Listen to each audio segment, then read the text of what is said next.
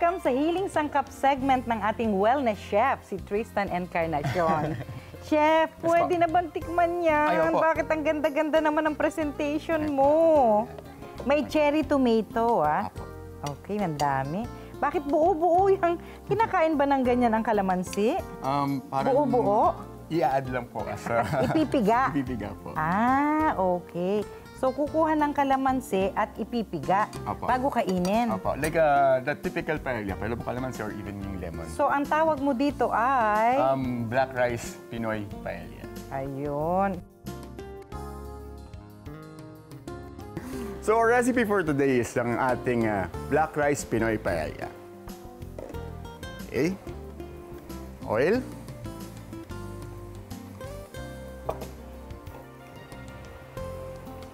So, black rice Pinoy paella po because yung ating, kumbaga yung way of cooking, well, basically this is just a plain fried rice, but yung presentation and yung mga recados na makita nyo, and even the way of cooking is may pagka-paella style. Now, we're going to add some local, yan, longganisa. We're going to render this one, meaning yung juices po niya, yung lasa niya, papalabasin natin. Now, we're going to add our chicken breast fillet. Yeah.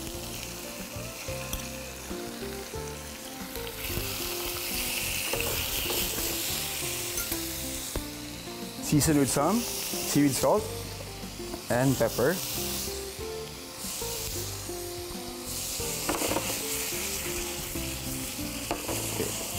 We have here our cooked black rice na. Yung iba, ginagawa, binababad po mo nila yung sa water. Yung iba, dinediretso na. But I suggest you soak it in water muna para mas mabilis siyang maluto. Kasi this one, ang alam po natin dito is not your typical or not your ordinary rice. Medyo may katagalan po siyang lutuin. And ang ating black rice, or what we call our forbidden rice. Okay? We're going to set it aside. Now, using the same pan. Okay, dahil andito na po yung flavors dahil nga, like what I've said, it has been rendered or sweat. Kumbaga yung pawis niya, well, yung lasa niya is nandito na sa kawali. I'm going to add onions. Garlic, bell peppers, some tomatoes.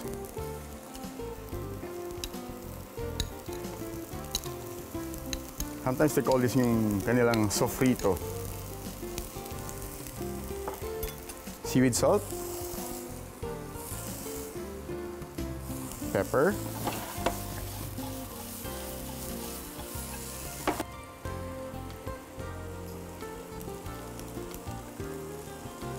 we're going to add now our cooked black rice or yung ating forbidden rice.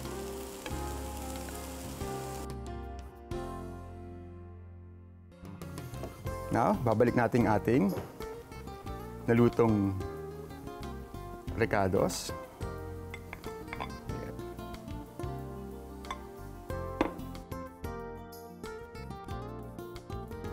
There you have it, yung ating black rice Pinoy paella. Special paella pala to. Special paella. Diba? Pag mga sosyal ang magsasalita niyan. Okay. At ito ay ginamitan po ng black rice para hindi tumaas ang sugar level ng pasyente. Apo. Ngayon, ito naman ang sagutin mo. Pakinggan natin ang tanong. Hi Chef, ang honey po ba ang best alternative na asukal para sa mga diabetic? Salamat po. O ayan, Chef. Totoo ba na ang honey ang best alternative sa sugar, lalo na pag diabetic? Pag diabetic po, it's always best na natural. Yan, no? Even yung stevia. Yan, yung halamang stevia, isa rin pong alternatibo sa ordinaryong asukal. No? At yung stevia po, yung nasa dahon no? Ang pinaka-tamis na pwede po nating gamitin. Pero ang honey, paano mo malalaman na ang honey ay original at yan ay hindi darling? Oh, sige. Paliwanag mo, chef. Paliwanag mo. Sometimes po, of course, if you want to know kung talagang tunay or totoo yung honey, minsan, dapat hindi siya nilalanggam. Hindi siya nilalanggam. And hindi siya nagkikrystallize sa loob ng refrigerator. Dapat po, kahit gaano katagal sa refrigerator, ang inyong bote ng honey, kung yan ay original na honey at hindi darling, no? Dapat po ay nananatili siyang malambot. Hindi siya nag-aasukal o nagkikrystallize. Yun po ay original na honey. Yan, no? At tunay na maganda na panghalili sa regular na asukal para sa mga diabetiko ang honey at dinagdag namin ni Chef ang stevia. Magpapatuloy po ang Hiling Galing sa TV. Maaari niyong makita ang mga full episodes ng Hiling Galing kasama mga wellness recipes ni Chef Tristan sa www.healinggaling.ph. Bisitahin din ang aming Hiling Galing official Facebook page at sundan si Chef Tristan sa Instagram sa Wellness Chef HG. Kwentuhan nyo nga po kami bakit nagkaganon na ang inyong paa ay muntik na maputol. Diabetikong dumulog kay Dr. E. Napagaling! Alamin ang kanyang kwento dito lang sa Hiling Galing sa TV.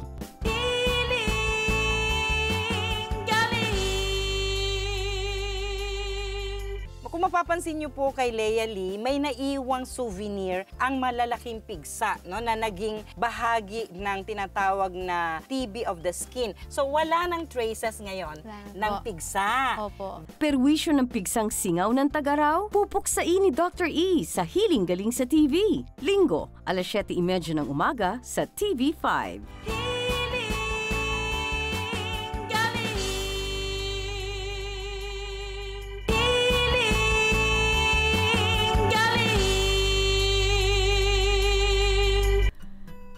Ipinaliwanag ni Dr. E ang iba't ibang komplikasyon na maaring maranasan ng pasyenteng may diabetes kung hindi mapipigil ang patuloy na pagtaas ng sugar levels.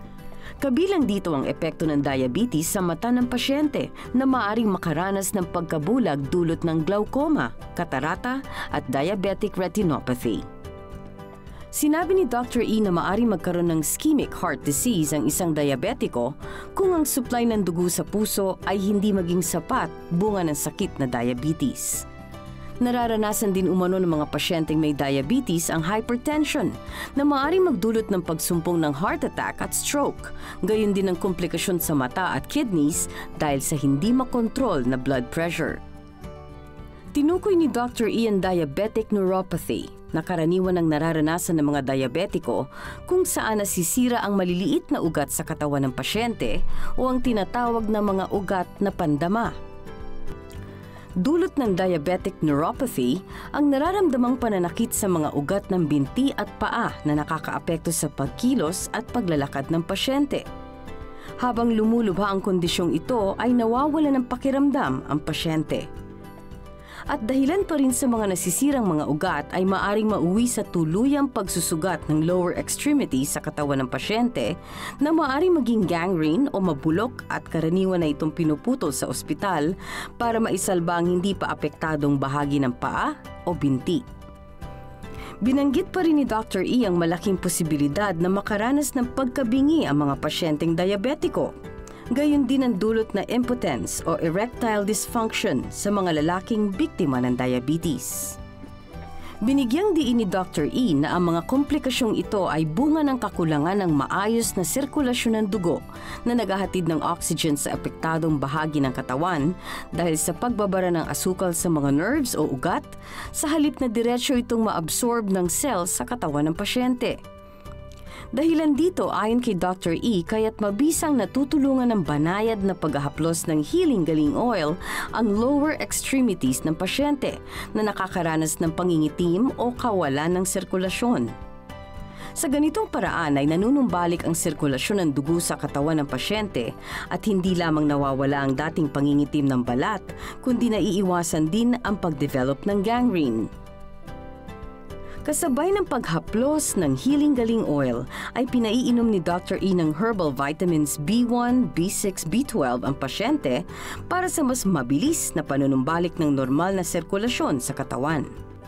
At dahil holistic ang paraan ng hiling-galing sa paggagamutan, ay pinapayuhan ni Dr. E ang mga may diabetes na uminom ng 1 hanggang 2 basong tubig bawat oras, kasabay ng hydrating diet ng masasabaw na ulam at makakatas na prutas.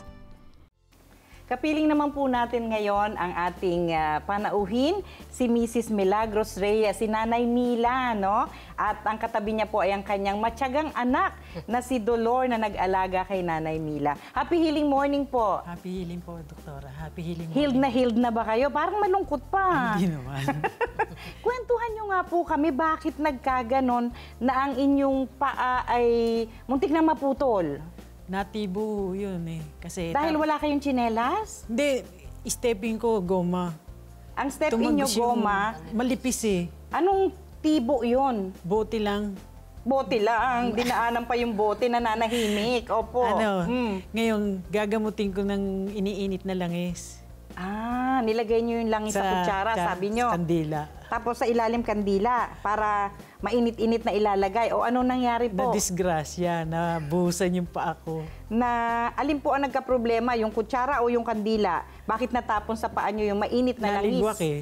Ay, naligwak. Nasan si Dolor? Akala ko ba'y alaga kayo ni Dolor? Wala po ako. Umalis niya. Umalis siya. Umalis kayo. Tsaka, hindi niya po sinasabi sa akin na natibo siya. Tapos, sinisikret ang paggagamot. Opo, tapos nung naano ko na hindi na po siya nakakalakad, tinatanong ko kung Napansin bakit. mo. Okay. Tapos tinatago niya po, tinatakpan niya yung paa niya ng ganun. Nakita ko, maitim po hindi ito sa ilalim. Umiitim na ilalim ng paa. Nanay, bakit mo sinisikret sa kanya? Mapapalo ka ba ni Dolor pag nalaman niya? Opo, magagalit kasi. Mapapagalitan. Bakit nga kayong mga anak nung maliit pa eh? Kayo ang pinapagalitan ng nanay. Ngayong malaki na, pinagagalitan na ang nanay. Matigas na ulo. Matigas na ang ulo, nanay. Sandali. Sinubukan niyo po na gamutin ang sarili, sinikret niyo kay Dolor. Ang nangyari, nabuhusan ngayon ng mainit na langis, lalong na-disgrasya. Hindi nyo na po ba naituloy yung paglalangis doon sa ilalim ng paa ninyo na natibo? Meron na rin na naagusan na yun eh. Naagusan na lang. Opo. Parang walang pakiramdam talaga. Manhid yung ilalim ng... Kahit mainit yung langis, pagbagsak sa paa nyo, walang init. So pinunasan nyo lang po. Akala nyo